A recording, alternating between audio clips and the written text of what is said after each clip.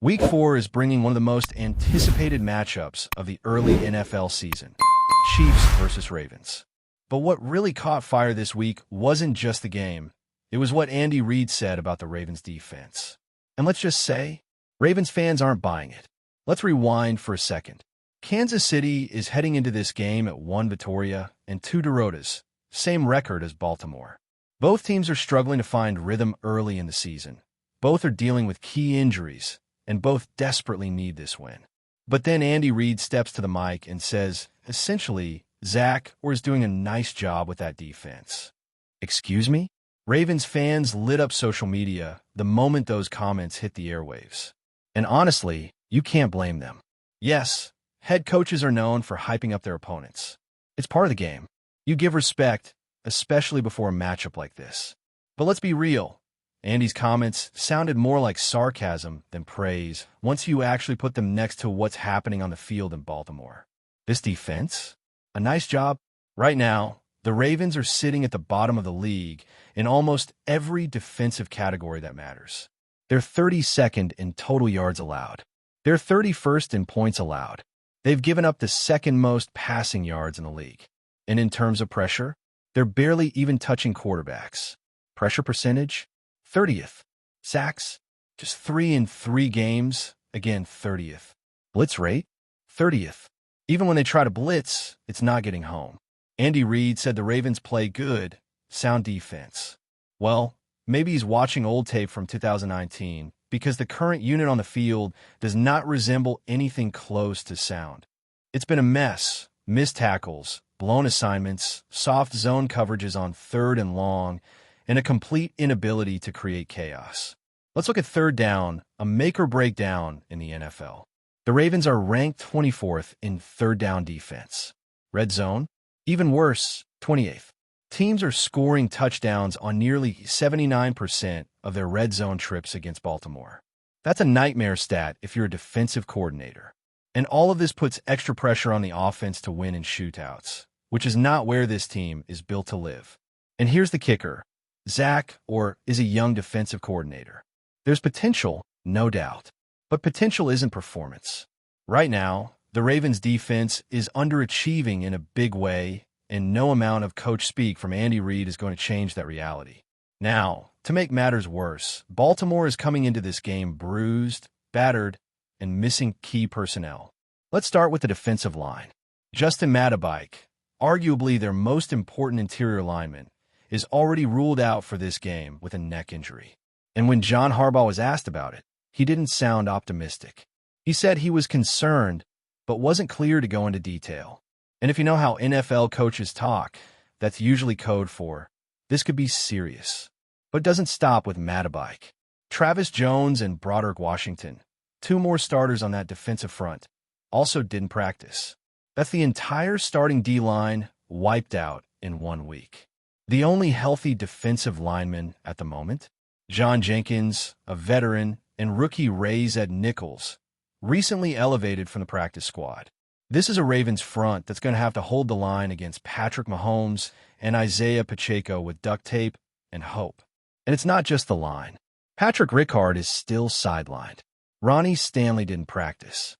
Kyle Van Noy missed time with a hamstring. The list goes on. For a team that's already struggling defensively, this avalanche of injuries couldn't come at a worse time.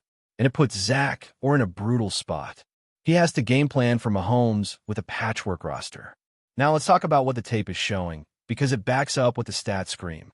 Against Detroit in Week 3, the Ravens were bullied, especially in the second half. The Lions came out and just physically dominated. Jahmyr Gibbs couldn't get going early, but as the game wore on, the Lions' O-line took over. They double-teamed Jones, neutralized the pass rush, and opened up massive holes. Roquan Smith and Kyle Hamilton were getting washed out of plays, something you don't expect from your supposed stars. There were also some very questionable calls from Zach, like dropping David Ohabo and rookie Mike Green into coverage on 3rd down. That's just not what you want in crucial situations. And Andy Reid surely saw that on film. That's why so many fans are reading his praise as pure gamesmanship. He's hyping up a defense that looks like it's hanging by a thread, and he knows it. And now Mahomes and the Chiefs come in, desperate for a bounce back after their own rocky start. And here's the scary part for Baltimore. Mahomes is exactly the kind of quarterback who can absolutely expose this kind of defense. If you don't get to him quickly, he'll pick you apart. If you send pressure and it doesn't land, he'll exploit the openings. And right now, the Ravens are doing neither well. They're not blitzing much, and when they do, it's not working. So what does this mean for Sunday? It means Zach is going to have to get creative. He's going to have to take some calculated risks. Maybe that's bringing pressure up the middle.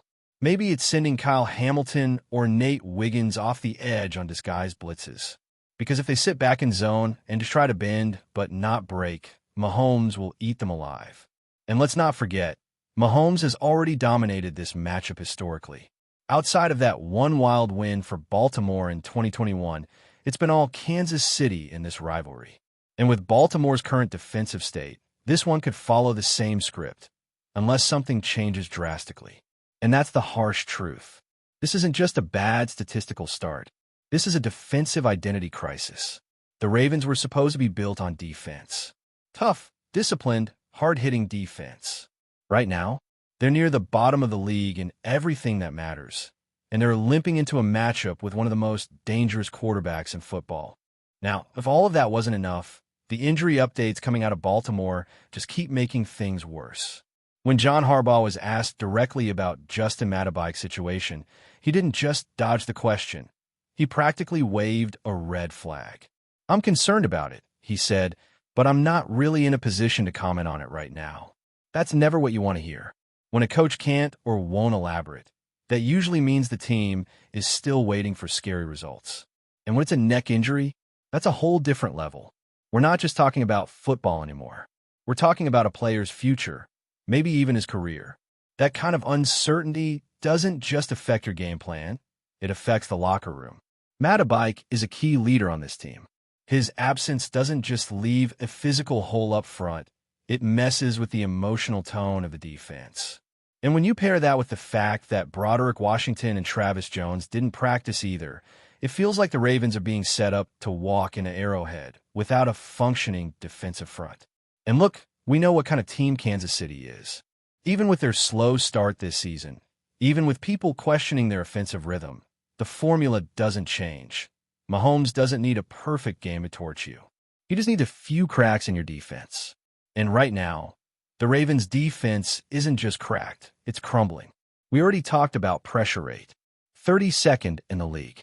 You're not going to stop Mahomes by sitting back and hoping he makes a mistake. You have to force his hand, make him uncomfortable, collapse the pocket. But that's a tall order when you're trotting out practice squad linemen against one of the best defensive minds in the NFL. And let's not forget who's calling the shots on the other sideline. Andy Reid is a master of exploiting defensive weaknesses. If he knows you're missing starters, he'll test your backups early and often. You better believe he's going to run right at whoever replaces Madibike and Jones. And with Pacheco's physical running style, that's going to wear down this patchwork group fast if they can't hold up. Now, one of the only potential bright spots is the possibility of Tyus Bowser or David Ohabo stepping up. But even there, the hope is thin. Ohabo has been inconsistent and raw, and Bowser hasn't returned to form yet. And as of now, we still don't know if Kyle Van Noy is going to be available either. So again, who's actually getting to the quarterback? Who's plugging those gaps up front? The Ravens have built a defense that relies on interior push, and without that, everything else breaks down. Roquan Smith? Great player, but if he's getting blockers in his face every snap, he can't fly around and make plays. Same with Patrick Queen. Linebackers need a clean path to be effective, and right now, it looks like Baltimore might not be able to give them that. And it's not just the front seven that's struggling. The secondary isn't holding up their end either. Marlon Humphrey hasn't looked right all season.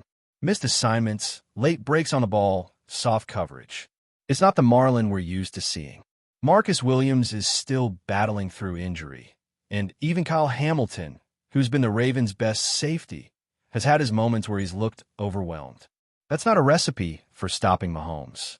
That's a recipe for disaster. And here's what makes this so dangerous. Even if Kansas City's receivers haven't lived up to expectations, they're still fast. They're still athletic. Guys like Xavier Worthy can stretch the field. Marquise Brown, very familiar to Ravens fans, has something to prove. And Mahomes doesn't need much space to make magic. He's going to find those soft spots in the Ravens zone. He's going to bait the linebackers with a movement and hit crossing routes right behind them. If Zach doesn't make adjustments, and fast, this game could get away from Baltimore early. The pressure isn't just on the defense, though. Lamar Jackson and the offense are going to have to shoulder a huge load in this matchup. And while Lamar is capable of putting the team on his back, the offensive line is making that a whole lot harder than it needs to be.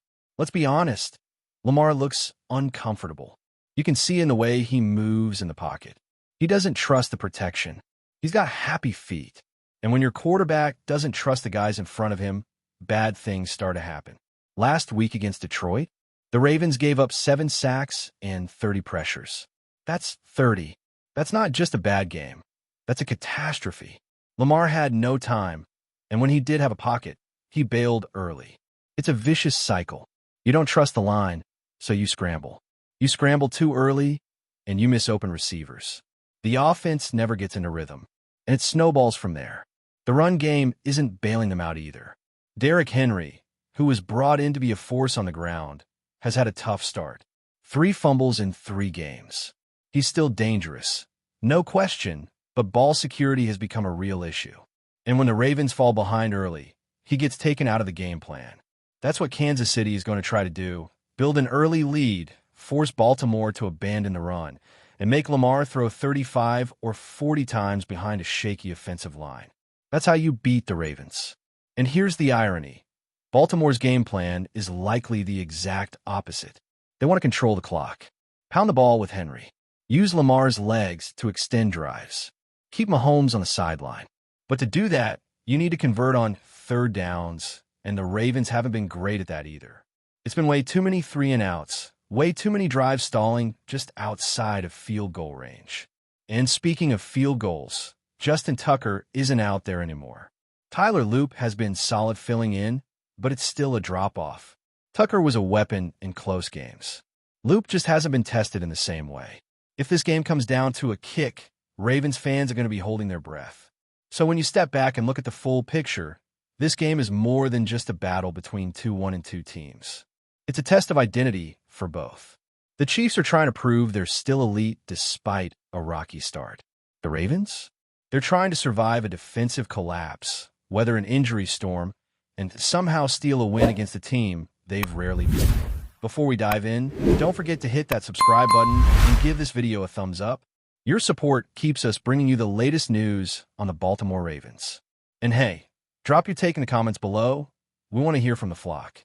In what could be the most shocking move of the NFL offseason, the Baltimore Ravens have reportedly set the league abuzz with news that has fans, analysts, and rival teams all talking. SHEDEUR Sanders is reportedly joining the Ravens. While nothing has been officially confirmed beyond the initial announcement, sources close to the organization suggest that Baltimore is ready to take a bold gamble that could redefine the quarterback landscape. Sanders, who has made waves with his electrifying play and impressive command of the field, has long been considered one of the most promising young talents in football. Rumors had previously linked him to a handful of teams, but few could have predicted that the Ravens, a franchise already known for its high-octane offense and dynamic strategy, would make such a headline-grabbing move. The news has sparked speculation about how Baltimore plans to integrate Sanders into a roster already brimming with talent, particularly considering their storied history with quarterbacks. Industry insiders are buzzing with questions. Will Sanders immediately take the reins as the starting quarterback, or is this a strategic development move for the future?